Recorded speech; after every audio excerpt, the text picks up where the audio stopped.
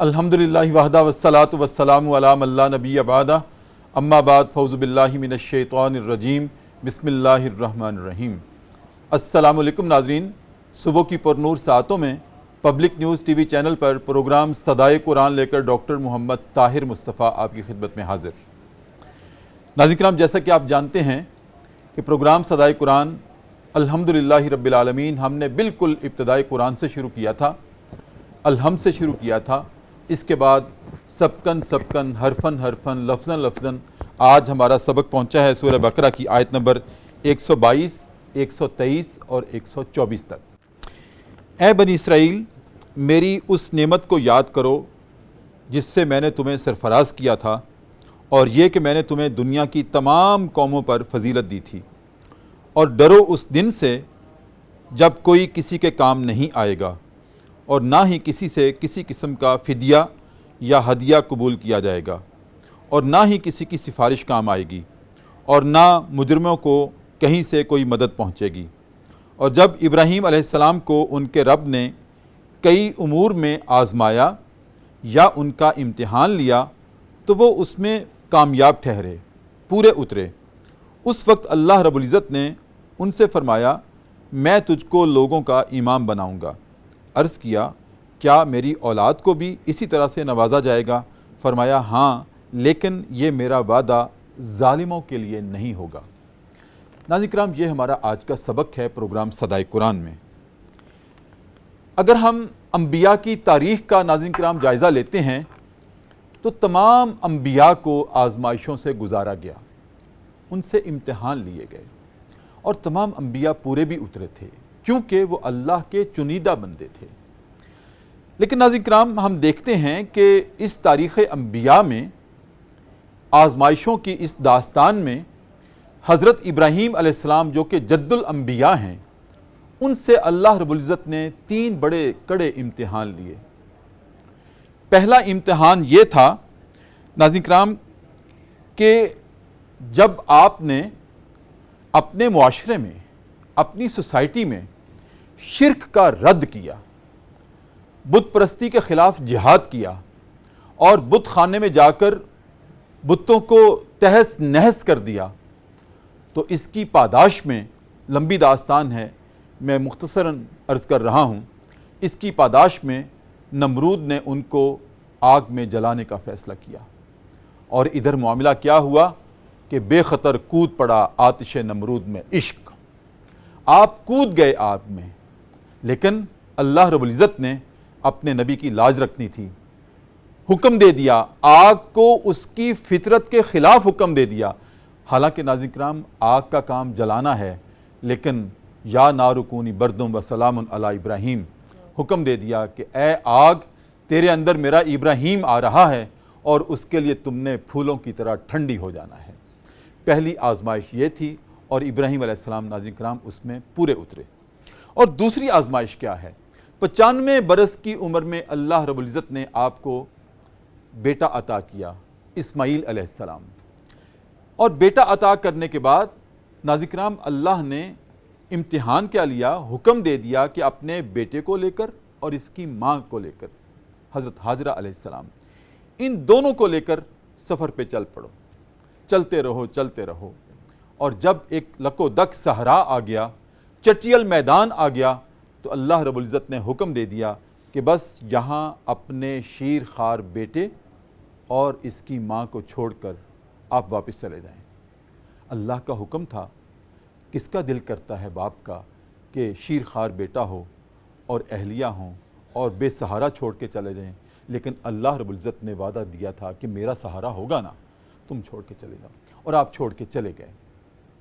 اور چٹیل میدان تھا، سخت گرمی تھی، اس گرمی میں، گرمی کی حدت اور شدت میں ناظرین کرام، جب شیر خوار بیٹے کو پیاس لگی تو ماں حضرت ہاجرہ علیہ السلام پانی کی تلاش میں دوڑیں، صفا سے مروہ تک، مروہ سے صفا تک 7 چکر لگائے، پانی نہ ملا، اور واپس آئیں تو بیٹا جس مقام پہ تھا، ایڑیاں رگڑ رہا تھا، وہاں سے پانی کا چشمہ جاری ہو گیا۔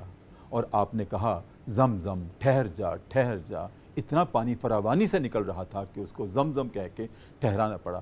اور ناظرین کرام، آج جو ہم آب زمزم پیتے ہیں یہ وہی پانی ہے جہاں حضرت اسماعیل علیہ السلام نے ایڑیاں رگڑی تھیں اور اس کے نتیجے میں اللہ رب العزت نے وہاں سے قیامت تک کے لیے چشمہ جاری کر دیا اور آج بھی وہ چشمہ سیراب کر رہا ہے تمام زائرین حرمین شریفین کو۔ تیسرا ناظرین کرام امتحان حضرت ابراہیم علیہ السلام سے کیا لیا کہ جب وہی بیٹا کوئی چلنے پھرنے کے لائق ہوا، بڑا ہوا، تو آزمائش کیا ہے؟ خواب میں حکم دے دیا کہ ابراہیم ہم چاہتے ہیں کہ اپنے بیٹے کو ہمارے راستے میں قربان کر دو۔ قد صدقت الرؤیا، ابراہیم علیہ السلام نے اس خواب کو بھی سچ کر دکھایا اور اپنے بیٹے کو تہہ تیغ کر دیا۔ لیکن ناظرین کرام نبی ہے، اوپر اللہ رب العزت کی ذات ہے اور نیچے نبی ہے، حکم کی تعمیل ہو رہی ہے۔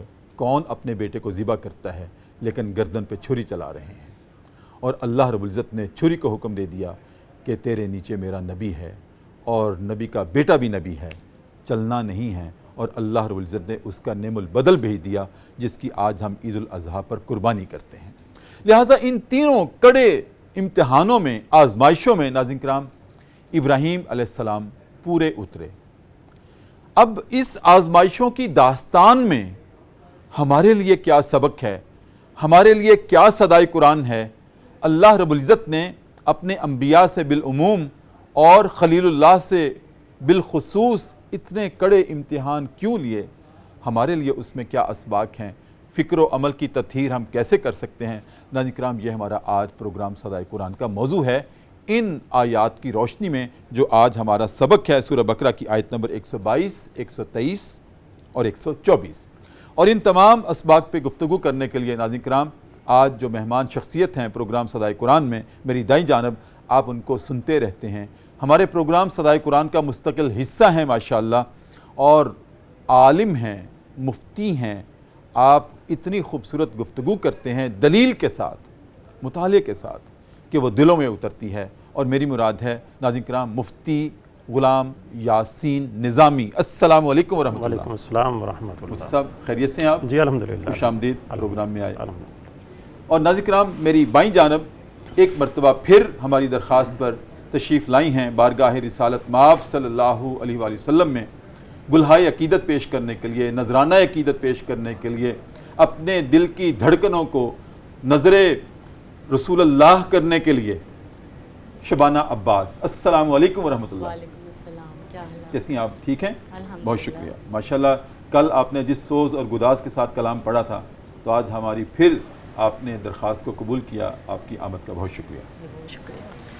مفتی صاحب سبق سامنے رکھا، آپ کے مقدمہ بھی میں نے آپ کے سامنے رکھا، اور آپ تو ہمارا فارمیٹ جانتے ہیں کہ الحمدللہ ہم نے سبقن شروع کیا ابتدا سے، اور میں کہا کرتا ہوں کہ جو آج کے دور میں عصر حاضر میں اگر کوئی قرآن سیکھنا چاہتا ہے، قرآن کی اس صدا پر وَلَقَدْ يَسَّرْنَا الْقُرْآنَ لِلذِّكْرِ فَهَلْ مِن مُدَّكِرٍ، کہ ہم نے تو قرآن کو آسان کر دیا ہے، اب ہے کوئی جو سوچے سمجھے اور غور کرے۔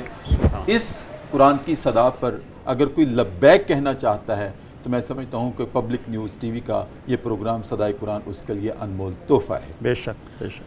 آپ ماشاءاللہ اس تحفے کی خوشبو ہیں، ان گلوں کی، ان پھولوں کی آپ خوشبو ہیں جو بکھیرتے ہیں قرآن کی صدا کی روشنی میں۔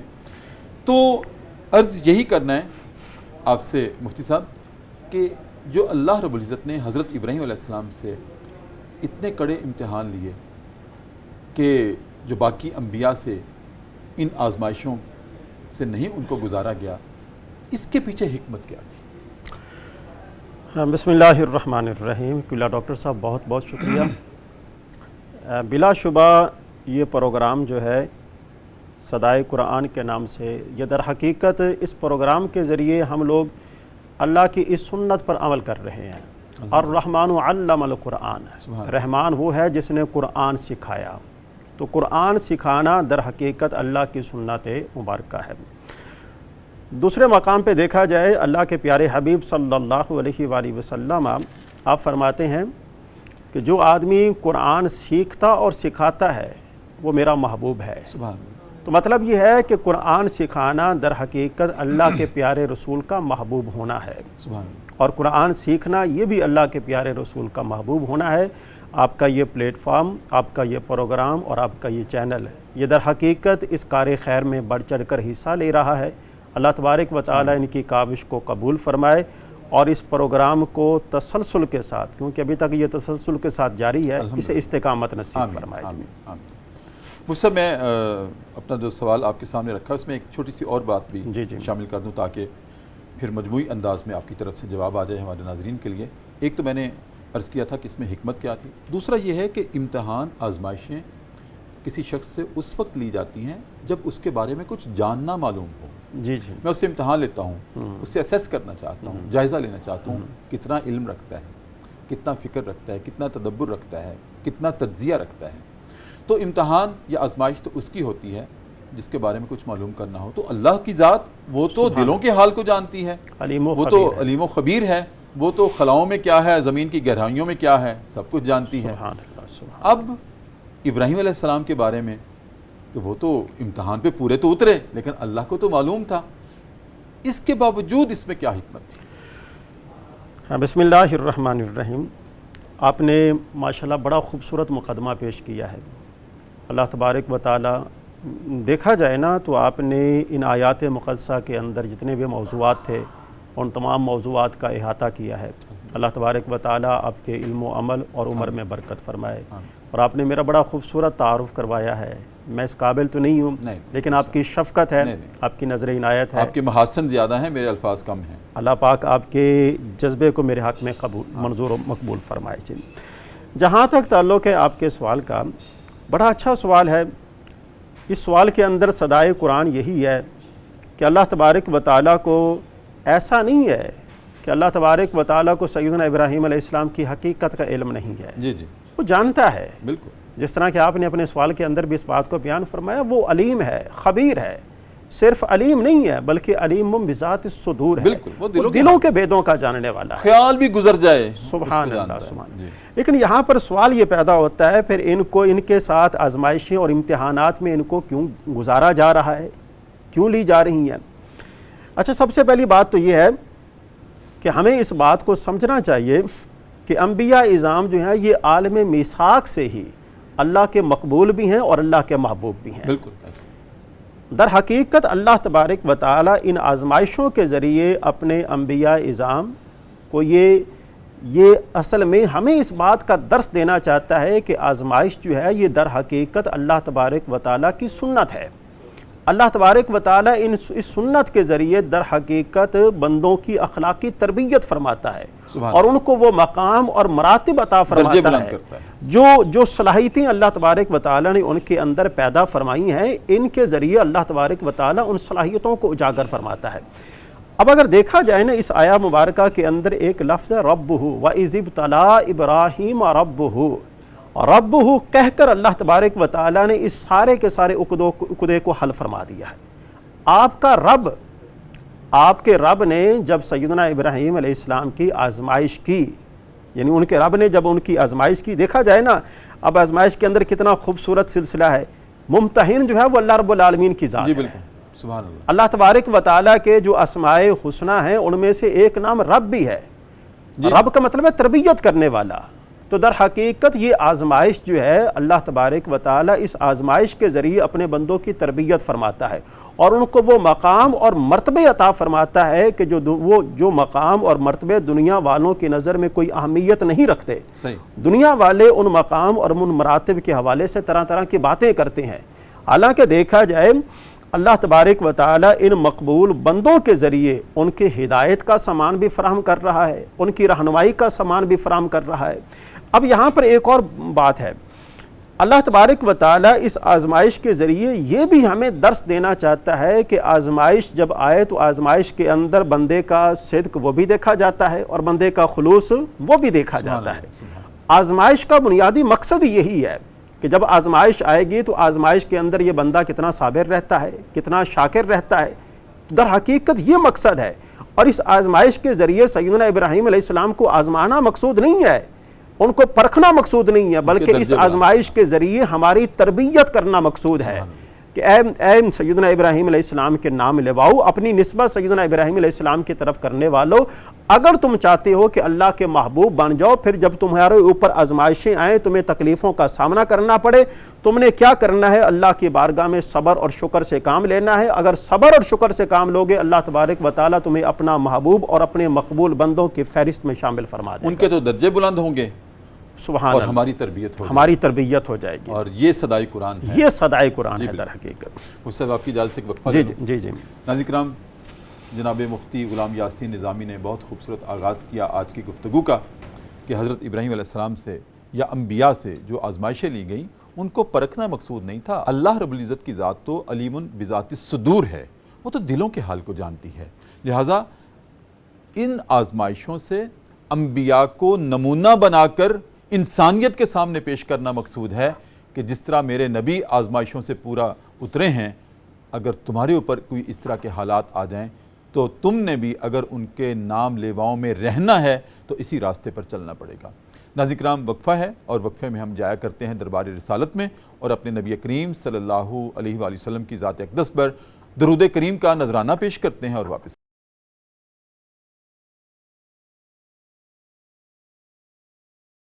وقفے کے بعد ناظرین کرام دوبارہ آپ کی خدمت میں حاضر۔ Public news T V channel ہے، صبح کی پر نور سے آتے ہیں۔ ہمارا پروگرام ہے صدائے قرآن اور آج ہمارا سبق ہے سورہ بقرہ کی آیت نمبر 122، 123 اور 124، جس میں اللہ رب العزت نے حضرت ابراہیم علیہ السلام سے جو امتحان لیے، جن آزمائشوں سے ان کو گزارا اور وہ کامیاب ہوئے، اس کی داستان رقم کی ہے ناظرین کرام۔ اور اس داستان میں ہمارے لیے صدائے قرآن کیا ہے، ہمارے لیے فکر و عمل کی تطہیر کے لیے زاویے کیا ہیں فکر کے، اس پہ ہم گفتگو کر رہے ہیں۔ اور گفتگو فرمانے کے لیے آج ہمارے مہمان ہیں جناب مفتی غلام یاسین نظامی۔ مفتی صاحب، آپ نے ماشاءاللہ ابتداً بہت خوبصورت آغاز کیا تھا، اس کی لاجک، اس کی حکمت کہ اللہ نے انبیاء کو کیوں آزمائشوں سے گزارا، ان کے درجے بلند کرنے تھے اور امتوں کو ہدایت دینی تھی کہ تم نے اگر میرے نقش قدم پر چلنا ہے یا میرے نبیوں کے نقش قدم پر چلنا ہے تو یہ جو راستہ ہے نقش قدم کا، اس میں تلخیاں بھی آئیں گی اور ان کو برداشت کرنا ہے۔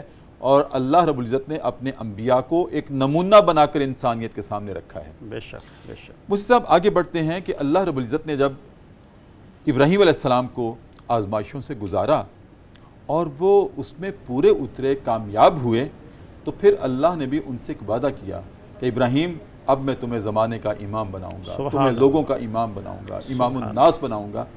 مفتی صاحب، ہمارے ناظرین کے لیے اس کو تھوڑا سا آسان کیجئے گا کہ اس امامت کا معنی و مفہوم کیا ہے، اور پھر یہ جو اللہ رب العزت نے ابراہیم علیہ السلام کو اعزاز اور مقام اور قدر و منزلت امامت کی عطا کی تھی، اس کی نوعیت کیا تھی؟ جی جی، بسم اللہ الرحمن الرحیم۔ کہ ڈاکٹر صاحب، سب سے پہلی بات تو یہ ہے کہ انبیاء اعظام کو آزمائشوں سے گزارنا، بعض لوگ یہ سمجھتے ہیں کہ ان کو بڑی تکلیفیں دی جا رہی ہیں، مصیبتیں دی جا رہی ہیں، ان کے لیے آگ گلزار بن رہی ہیں۔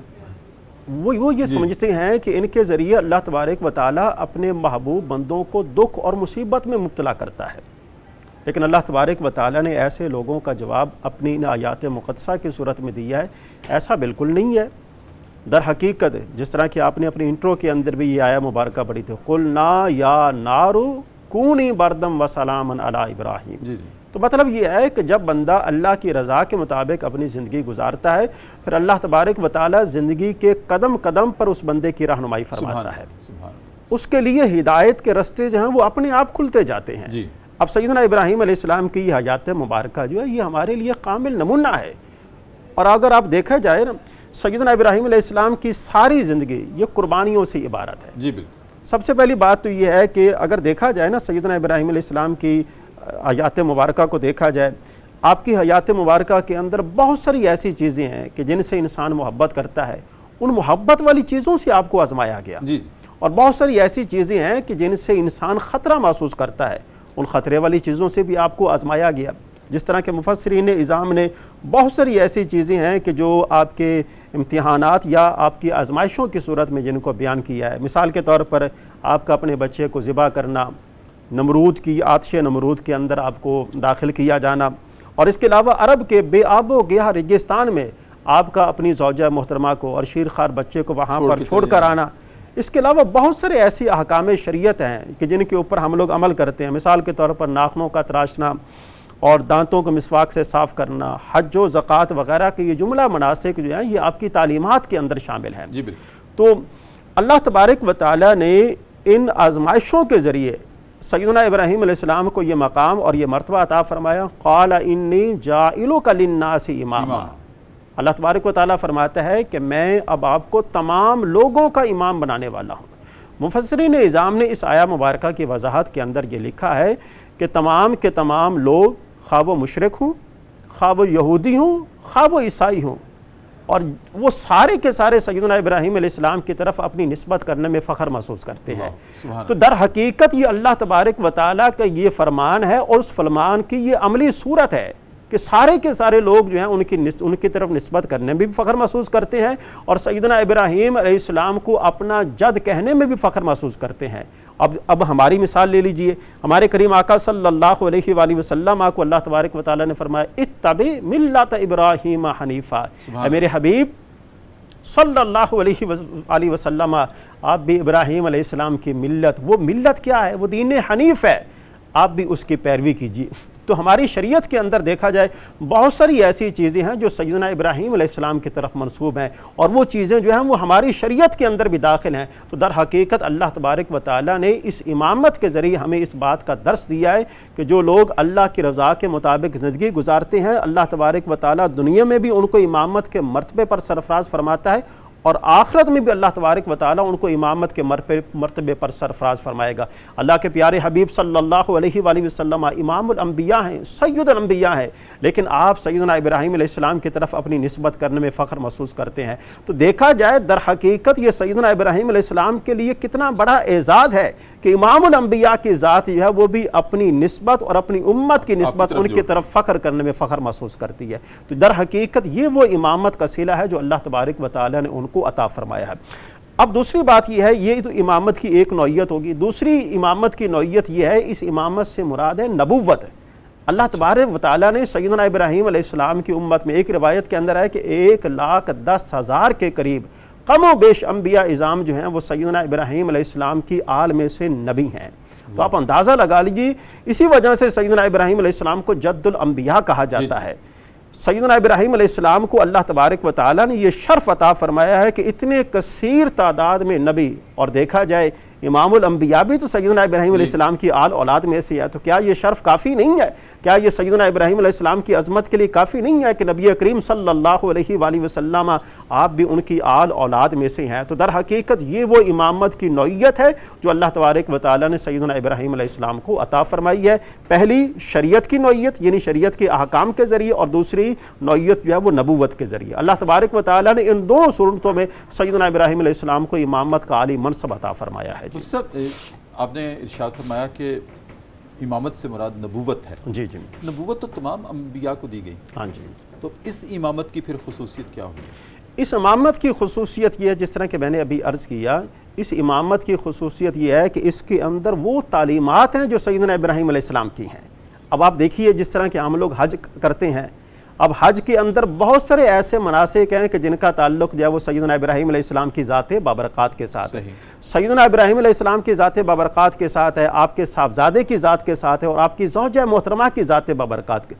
اصل میں یہاں پر امامت سے مراد وہ نشانیاں ہیں، وہ تعلیمات ہیں، وہ احکام ہیں جن احکام پر سیدنا ابراہیم علیہ السلام نے عمل کیا ہے. تو اللہ تبارک و تعالیٰ نے وہ احکام جو ہیں وہ ہمارے اندر بھی وہی احکام جو ہیں وہ جاری فرمائے ہیں، اور ہمیں ان احکام پر عمل کرنے کا حکم دیا ہے. در حقیقت وہ احکام جو ہیں وہ ہمارے لیے سنت کا درجہ رکھتے ہیں. جی بالکل. مجھ سے آگے بڑھتے ہیں. آگے اللہ رب العزت نے جب یہ ارشاد فرمایا کہ ابراہیم اب میں آپ کو انی جاعلک للناس اماما، سبحان اللہ، سبحان اللہ، کہ میں آپ کو لوگوں کا امام بناؤں گا، نبوت عطا کروں گا، اور نبوت بھی کہ بے شمار انبیاء آپ کی آل اولاد میں سے ہوں گے. سبحان اللہ. مجھ سے پھر اس پر جب حضرت ابراہیم علیہ السلام نے یہ اللہ کی بارگاہ میں عرض کیا کہ میری اولاد کو بھی، تو اللہ نے اس کا جواب دیا کہ اب وہ جواب خفی میں تو ہے کہ ہاں کیوں نہیں، لیکن جواب جلی میں یہ تھا کہ ظالموں کو نہیں. بے شک بے شک بے شک. اس میں تھوڑی سی روشنی ڈال دیں. دیکھیں بڑی خوبصورت بات ہے، اور یہی دیکھا جائے یہ دنیا کا نظام حیات بھی انہی دو چیزوں پر چل رہا ہے، نیک اور بد پر۔ جی تو اللہ تبارک و تعالیٰ نے اس آیہ مبارکہ کے اس حصے کے ذریعے ہمیں اس بات کی تعلیم دی ہے۔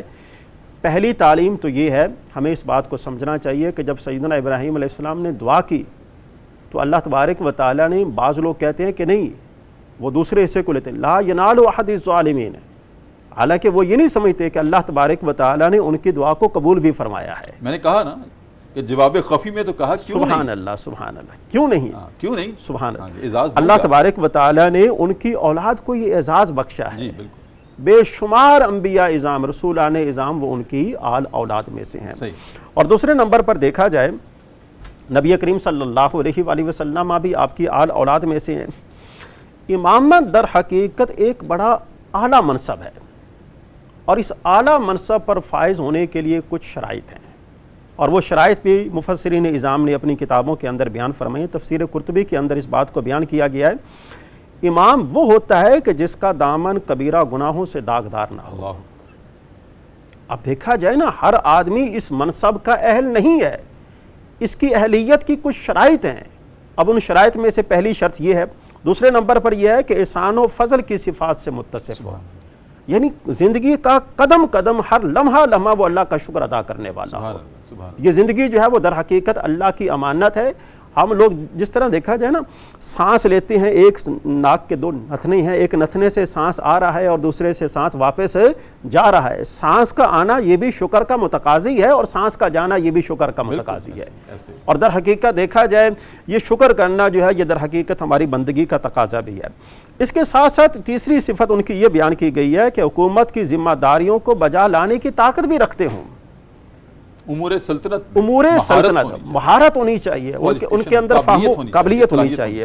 اور اس کے ساتھ ساتھ نبی کریم صلی اللہ علیہ وآلہ وسلم نے فرمایا وہ فاسق اور فاجر نہ ہوں، جھگڑالو نہیں ہونے چاہیے، بلکہ دیکھا اور جائے اطاعت کے دائرے سے باہر نکلنے والا نہ ہو۔ سبحان اللہ، سبحان۔ اب دیکھیں سیدنا ابراہیم علیہ السلام، آپ کی ذات و برکات کو دیکھ لیجئے، اس دور کے اندر دیکھ لیجئے سارے کے سارے آپ کے مخالف تھے، لیکن ان مخالفین کے باوجود آپ کے دل کے اندر کسی کا کوئی ڈر نہیں ہے۔ سبحان اللہ۔ اس سے بڑی بات اور کیا ہو سکتی ہے؟ امور سلطنت کو وہی بندہ آسن طریقے کے ساتھ چلا سکتا ہے کہ جس کے دل کے اندر مخلوق کا ڈر نہ ہو، اور جو جس کے دل کے اندر مخلوق کا ڈر ہو وہ امور سلطنت کو آسن طریقے سے چلا نہیں سکتا۔ وہ امامت کا اہل نہیں ہو سکتا۔ امامت کا اہل بھی نہیں ہو سکتا۔ اب سیدنا ابراہیم علیہ السلام کو دیکھ لیجیے، خوف بھی ایک آزمائش ہے۔ اس آزمائش کے اندر آپ نے جناب اپنا نام ایسا کمایا ہے کہ رہتی دنیا تک آپ کا نام جو ہے وہ سدا زندہ رہے گا۔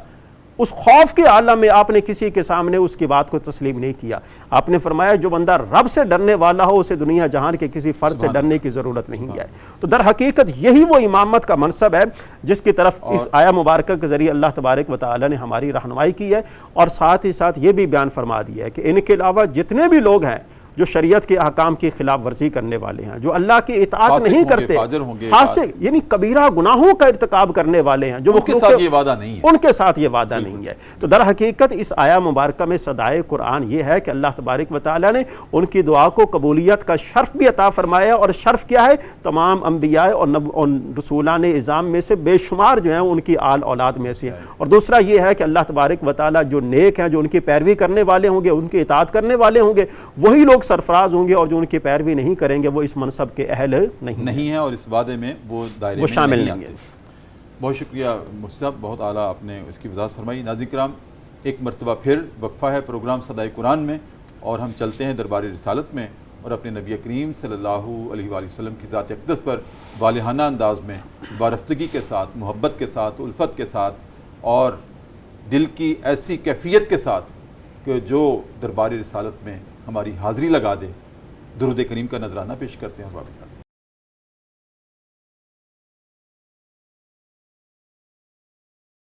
وقفے کے بعد ناظرین کرام دوبارہ آپ کی خدمت میں حاضر ہیں۔ صبح کی پرنور ساعتیں ہیں، ہمارا پروگرام ہے صدائے قرآن، public news T V channel ہے، ہمارا لاہور سٹوڈیوز ہے، اور آج ہمارا سبق ہے سورہ بقرہ کی آیت نمبر 122، 123 اور 124۔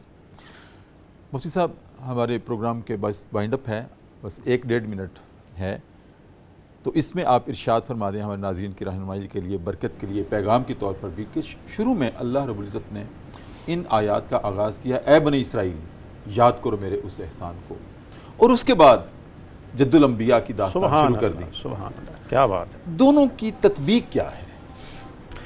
قبلہ ڈاکٹر صاحب بہت بڑی بات ہے جی، بہت بڑی بات ہے. اس حوالے سے عرض یہ ہے کہ وہ بہت بڑا احسان ہے، وہ سیدنا ابراہیم علیہ السلام کی نسبت ہے. سبحان اللہ. یہ نسبت ایسی ہے کہ جس نے ان کو تمام جہانوں پر فضیلت بخشی ہے. اس نسبت نے ان کو اللہ کے ہاں انتہائی محبوب اور مقبول بنا دیا تھا. لیکن ان کی بدبختی کہہ لیجئے، ان کی ناشکری کہہ لیجئے کہ انہوں نے اس نعمت کو یاد نہیں رکھا. صحیح. اب اس نعمت کا تقاضا یہ تھا کہ وہ سیدنا ابراہیم علیہ السلام کی ذات کی طرف نسبت تو کرتے ہیں پر آپ کی تعلیمات کو فراموش کر دیتے ہیں. ان کو چاہیے تھا یہ کہ اللہ کو گوارا نہیں ہے. اللہ کو گوارا نہیں ہے. اللہ تبارک و تعالیٰ دیکھا جائے کہ تم ایمان لاؤ میرے نبی پر اور نیک اعمال نہ کرو. سبحان اللہ، یہ ہو نہیں سکتا. ایسا بالکل نہیں ہے، خواہ کوئی کتنے بڑے منصب پر کیوں نہ فائز ہو. ایمان لانے کے بعد اعمال کا کرنا یہ ضروری ہے. تو یہاں پر اسی بات کا ان کو درس دیا گیا اور ساتھ ہی ساتھ اللہ تبارک و تعالی نے تنبیہ بھی فرمائی ہے، وَاتَّقُوا يَوْمًا لَا تَجْزِي نَفْسٌ عَن نَفْسٍ شَيْئًا. یہ بات یاد رکھو، کل قیامت والے دن اس کے بارے میں تم سے پوچھا جائے گا. سبحان اللہ. وہاں پر کوئی کسی کا جواب دہ نہیں ہوگا. جی. اس لیے وہ بہت بڑی نعمت سیدنا ابراہیم علیہ السلام کی ذات بابرکات اور ان کی تعلیمات کے اوپر عمل کرنا ہے. بالکل ٹھیک مفتی صاحب. نجات اعمال پہ ہے. بے شک بے شک بے شک. سیدھی سی بات، مختصر ایک نقطے کی بات نجات اعمال پہ ہے. وہ قبلہ ڈاکٹر صاحب وہ جس طرح کہ اقبال نے کہا ہے نا، عمل سے زندگی بنتی ہے، جنت بھی جہنم بھی. اب سیدہ کائنات سے زیادہ ایمان کس کا مضبوط ہوگا؟ سوال ہی پیدا نہیں ہوتا کہ اس باپ کی بیٹی ہیں جو سرتاج انبیاء ہیں، اللہ ان کی صاحبزادی ہیں، ان کی لخت جگر ہیں، لیکن پھر بھی نبی کریم نے اپنی بیٹی کو مخاطب کر کے کہا تھا، بیٹا روز قیامت تمہاری نجات اس بنیاد پہ نہیں ہوگی کہ محمد کی بیٹی ہو، تم سے پوچھا جائے گا اعمال کیا لائی. اعمال کیا لائی ہو. اللہ اکبر اللہ اکبر. ناظرین کرام، اب ہمارا وقت ہے پروگرام صدائے قرآن میں ذکر صاحب قرآن کا. تو چونکہ ابتدا سے ہی آج کی داستان میں، آج کے سبق میں ذکر ہو رہا ہے حضرت ابراہیم علیہ السلام کا، ان کی فضیلت کا، ان کی سعادتوں کا، ان کی آزمائشوں کا، ان آزمائشوں میں پورا اترنے کا، اور پھر اللہ رب العزت کا ان کے لیے انعامات کا کہ میں زمانے کا امام بناؤں گا. ابراہیم، آپ نے ہمارے خوابوں کو بھی سچ کر دکھایا، سبحان. آپ نے ہماری خواہشوں کی تعمیل بھی کر دی. اگر ہم نے یہ چاہا کہ آگ میں کود پڑو، ابراہیم آپ آگ میں بھی کود پڑے. آپ نے بیٹے کو لک و دک صحرا میں بھی چھوڑ دیا، اور پھر ہم نے ان کے ایڑیاں رگڑنے سے زمزم بھی جاری کر دیا، اور پھر اپنے بیٹے کو ذبح بھی کرنے کے لیے چھری چلا دی. ابراہیم آپ نے تو سب کچھ کر دیا، تو جاؤ ہم آپ کو زمانے کا امام بنائیں گے. اور زمانے کا امام بنانے سے مراد مفتی صاحب نے یہ ارشاد فرمایا کہ تمام زمانوں کے انبیاء جو ہیں وہ آپ کی آل اولاد سے ہیں. سبحان. اس سے زیادہ سعادت کیا ہوگی؟ تو ناظرین کرام، آج ذکر صاحب قرآن میں بھی ہم اس طرح سے اس بات کو جوڑتے ہیں کہ جہاں اللہ رب العزت نے ابراہیم علیہ السلام کے لیے زمانے کی امامت کا اعلان کیا تھا، اور تمام زمانوں میں ہر نبی آپ کی آل اولاد میں سے بھیجا، بے شک وہ بنی اسرائیل کے پیغمبر ہوں، بے شک وہ ختم المرسلین صلی اللہ علیہ وآلہ وسلم ہوں، تمام آپ کی اولاد میں سے ہیں. اس سے بڑی امامت کیا ہوگی؟ لیکن ناظرین کرام، ایک اللہ رب العزت نے ابراہیم علیہ السلام کو اور بھی انعام دیا، جس کا تذکرہ اب میں کرنے لگا ہوں. وہ یہ ہے کہ ذکر صاحب قرآن میں کہ ابراہیم علیہ السلام کو یہ خوشخبری بھی دی کہ ابراہیم، آپ نے ہمارے تمام امتحانوں میں کامیابی سے اپنے آپ کو ہمکنار کیا نا، تو جاؤ جب میرا آخری نبی ہوگا، ختم المرسلین حضرت محمد صلی اللہ علیہ وآلہ وسلم ہوں گے، اور وہ تمام انسانوں کے لیے قیامت تک کے لیے نبی اور رسول ہوں گے، تو اے ابراہیم، ان کی امت قیامت تک ان پر درود بھیجے گی. سبحان. مسجد کے میناروں سے، دل کی دھڑکنوں سے اور زبان سے، ہر اہل ایمان سے ان کے لیے درود کے ترانے گائے جائیں گے. لیکن ابراہیم، جب میرے اس نبی پہ درود بھیجا جائے گا نا، جب لوگ کہیں گے اللہم صلی علی، جب مجھے پکاریں گے کہ الہ العالمین ہمارے ختم المرسلین ہمارے نبی کریم صلی اللہ علیہ وسلم پر آپ درود بھیجئے، تو ابراہیم جب یہ کہیں گے نا اللہم صلی علی محمد وعلی آل محمد، تو آگے یہ ہوگا کما صلیت علی ابراہیم. اللہ اکبر. ابراہیم، میں تیرا نام بھی اس درود میں شامل کر دوں گا، اور قیامت تک جب بھی میرے نبی پہ درود بھیجا جائے گا تیرا نام بھی اس میں شامل ہوگا۔ ناظرین کرام، اسی پر آج ہم پروگرام صدائے قرآن ختم کرتے ہیں۔ اپنے میزبان ڈاکٹر محمد طاہر مصطفیٰ کو اجازت دیجیے، اپنا بہت خیال رکھیے۔ میں مفتی غلام یاسین نظامی صاحب کا بہت شکر گزار ہوں، اور اس کے ساتھ ہی میں گزارش کرتا ہوں شبانہ عباس سے کہ جس سوز کے ساتھ، جس تڑپ کے ساتھ، جس وارفتگی کے ساتھ انہوں نے کل کلام پیش کیا تھا، آنکھیں پرنم کر دی تھیں، آج بھی اسی سوز کے ساتھ بارگاہ رسالت میں اپنی حاضری پیش کریں۔ کب تلک منتظر ہم رہیں یا نبی، اپنا جلوائے اطہر دکھا دیجئے، ہم فقیروں کیا احمد مجتبی، پیاس قلب و نظر کی بجھا دیجئے، پیاس قلب و نظر کی بجھا دیجئے، آپ زینت ازل کی ہے خیر الورا،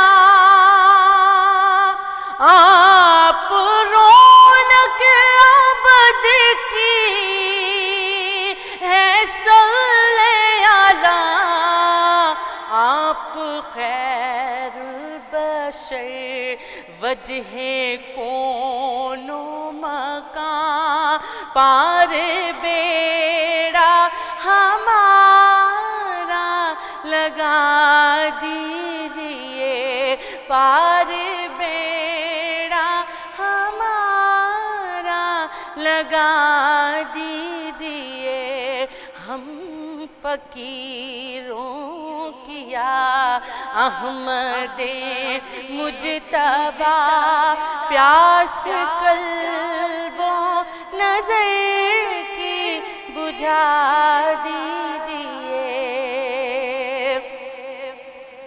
بے عمل ہم سراپا